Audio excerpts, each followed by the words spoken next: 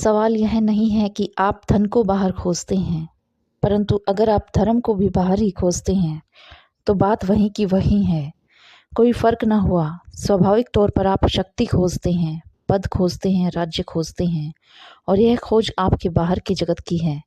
परंतु अगर आप ईश्वर को भी बाहर ही खोजते हैं, तो फिर कोई फ़र्क ना हुआ।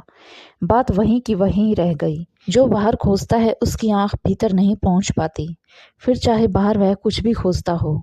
एक आदमी अगर परमात्मा को जगह जगह खोज रहा है, बाहर खोज रहा है, तो यह बाहर की खोज तो संसार की ही खोज है। फिर चाहे वह खोज किसी भी चीज़ की ही क्यों ना हो, तो सिर्फ बाहर की खोज ही धर्म है। परंतु भीतर की खोज करना बहुत असंभव सा लगता है, क्योंकि भीतर के जगत से, भीतर की यात्रा से हमारी कोई पहचान अभी बनी ही नहीं। हमारी पहचान तो बाहर की जगत से है, इसीलिए जो भी हम खोजते हैं वह बाहर ही खोजते हैं। अगर भीतर खोजेंगे भी तो क्या खोजेंगे?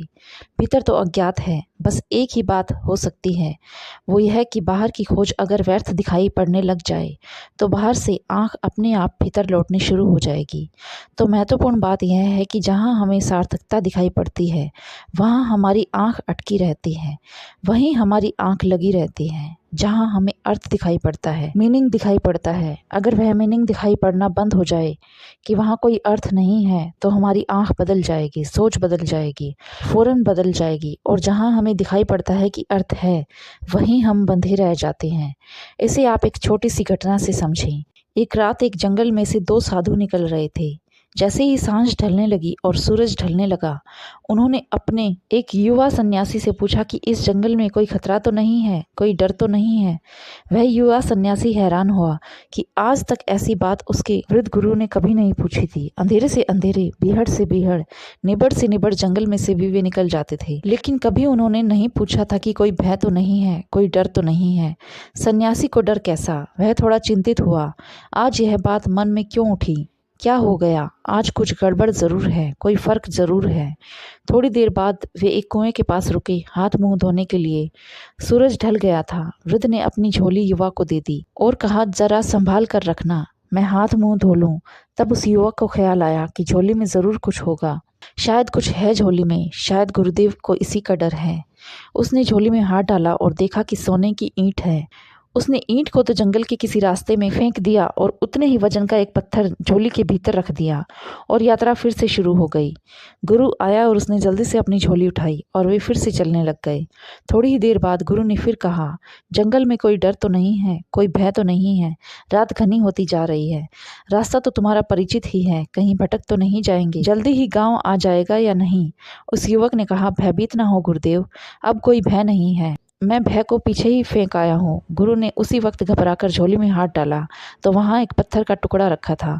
वह वृद्ध हंसने लगा और उसने कहा, कितने आश्चर्य की बात है, मुझे ख्याल था कि सोने की ईंट ही रखी है, तो मैं उसे संभाले हुए चल रहा था, बार बार टटोल कर देख लेता था, पर मुझे क्या पता था कि भीतर तो पत्थर पड़ा है। फिर उस वृद्ध ने पत्थर फेंक दिया और वह बोला कि अब चलने की कोई ज़रूरत नहीं है, अब यहीं सो जाओ, अब गाँव फिर सुबह चलेंगे।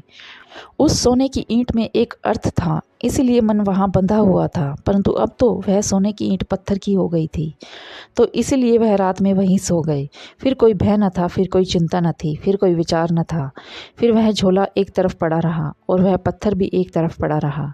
तो इस घटना का यही अर्थ है कि जहाँ हमें अर्थ का बोध होता है, जहाँ हमारे चित्त को लगता है कि वहाँ अर्थ है, वहाँ हम बंध जाते हैं। तो मनुष्य की भी यही स्थिति है कि उसे लगता है कि जो बाहर का जगत है उसमें अर्थ है, और इसीलिए वह बंधन में बंधा रहता है। और देखा जाए तो बाहर का जगत नहीं बांधता है किसी को, अर्थात वह घर जिसमें आप रहते हैं वह घर आपको नहीं बांधता, वह पत्नी और बच्चे नहीं बांधते जो आपके पास हैं, कोई नहीं बांधता आपको। आपके अर्थ का बोध आपको बांधता है। आपको लगता है कि वहाँ अर्थ है, तो चित्त बंध जाता है, अटक जाता है, उलझ जाता है। फिर कुछ ऐसे ना समझ भी होते हैं जो इस बाहर के जगत को छोड़कर भाग जाते हैं, पत्नी को छोड़कर, बच्चों को छोड़कर, घर बार छोड़कर जंगल की तरफ भाग जाते हैं।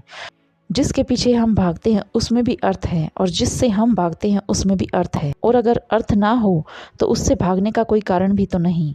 दो तरह के लोग हैं ज़मीन पर, एक तो वह जो जो बाहर की चीज़ों के पीछे भागते हैं, और एक वह जो बाहर की चीज़ों से ही डरकर भाग जाते हैं, लेकिन दोनों एक बात में सहमत हैं कि बाहर की चीज़ों में अर्थ है। तो जीवन तो बस इसी दृष्टिकोण से ही बदल सकता है। वह यह कि बाहर की खोज अगर व्यर्थ दिखाई पड़ने लग जाए तो बाहर से आंख अपने आप भीतर लौटनी शुरू हो जाएगी। आपकी ऊर्जा का, आपकी चैतन्य का भाव बाहर से हटकर भीतर की ओर बहने लगेगा, जहां आप उस अस्तित्व से, अपने आप से मुलाकात कर सकेंगे। ऐसी स्थिति में आप पाएंगे कि आप एक उन्मुक्त पंछी की भांति उड़ने लगे हैं, और ये नई यात्रा आपको एक न एक दिन उस मंजिल तक पहुंचा ही देगी जिसकी तलाश में आप वर्षों से भटक रहे थे।